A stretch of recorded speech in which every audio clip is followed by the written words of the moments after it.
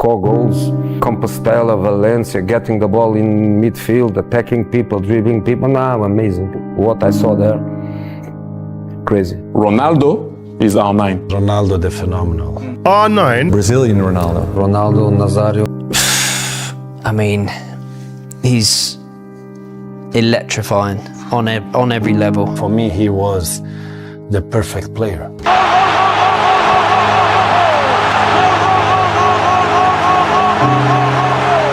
What if the greatest striker in football history never even scratched the surface of his true potential? Imagine a player so dominant, so explosive, that defenders would freeze just watching him run. A man who could outpace sprinters, bulldoze through walls, and dance past world-class defenders as if they were training cones. Now imagine that same player getting his knees shattered. Not once, but twice. Each time, doctors told him, "You might never walk the same again." And yet, he came back. Again and again. This isn't just a football story. This is the rise, collapse, and resurrection of Ronaldo Luís Nazario de Lima, the phenomenon the world called simply Ronaldo. But before he dazzled the world, he was just a skinny kid in the outskirts of Rio with no shoes, no money, and a dream too big for the streets he grew up in. Ronaldo was born in Bento Ribeiro, a poor suburb of Rio de Janeiro, in 1976. Life was hard.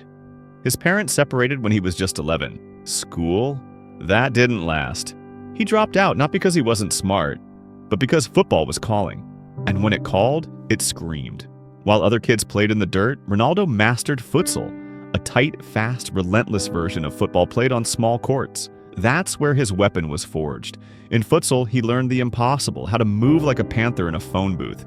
In one youth league season, he scored 166 goals. Yes, 166. As a child, he didn't play football, he danced with it, and the ball always followed his rhythm. At just 16, Ronaldo was already too big for Brazil's youth teams. São Cristóvão spotted him, but his legend truly began at Cruzeiro. He wasn't just scoring goals, he was humiliating defenders. 44 goals in 47 games. He looked like a cheat code. You could feel the fear in opponents' eyes. In 1994, he was called up to Brazil's national team for the World Cup. At just 17 years old. He didn't play a single minute. Didn't matter. Brazil won. And Ronaldo had seen what the mountaintop looked like.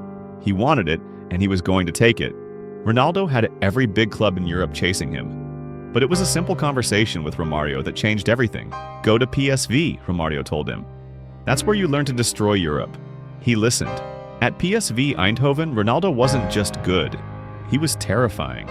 He scored 30 goals in his first season, including hat tricks, braces, and goals that made defenders look like they were moving underwater. And he was just 18. Even his injuries couldn't stop him. In his second season, despite being sidelined for stretches, he scored 19 more. PSV fans knew he wouldn't stay. He was already too good. Europe had noticed, and Barcelona was ready to change everything. In 1996, Barcelona paid a world record fee for a 20-year-old Brazilian. Some thought it was a gamble. They were wrong. Ronaldo scored 47 goals in 49 games for Barca. Let that sink in. He didn't just score, he demolished. He turned defenders into memes before memes existed. That goal versus Compostela?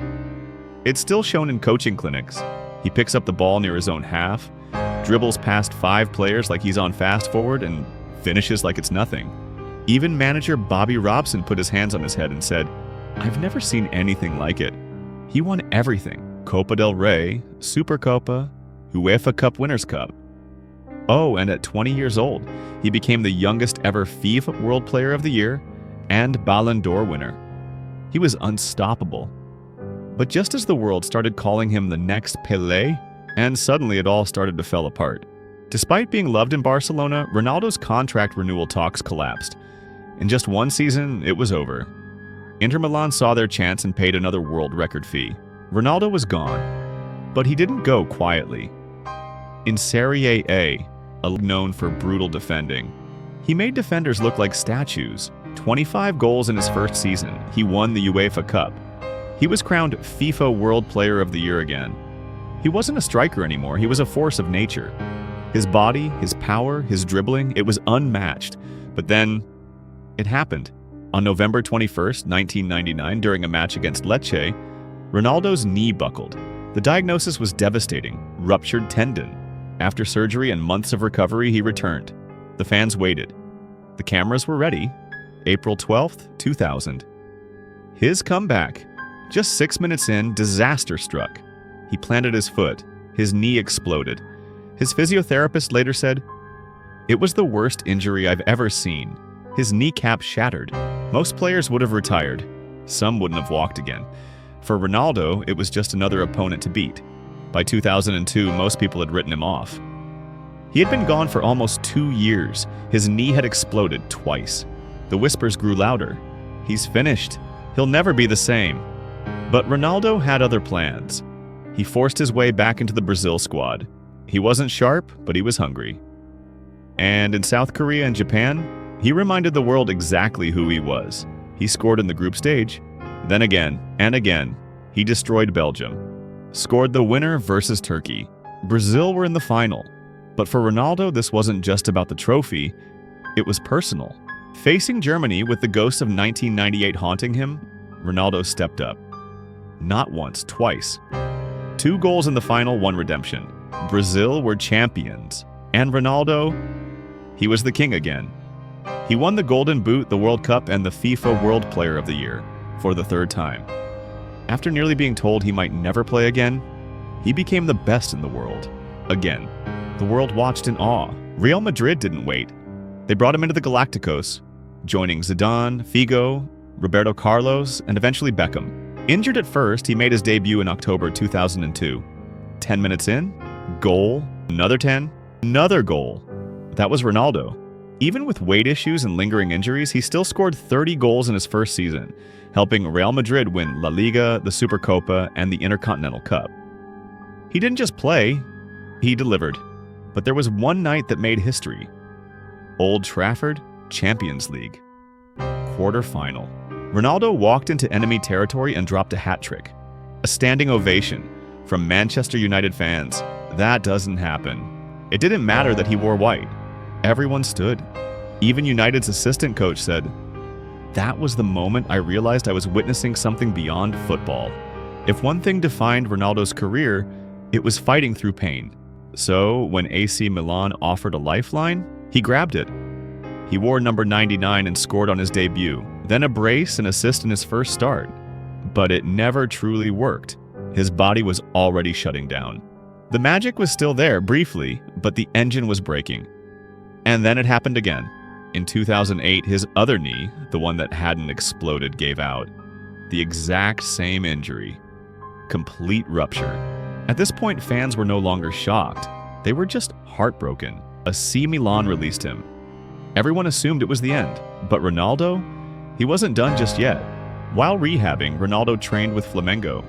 He told them he'd sign. But then, he didn't.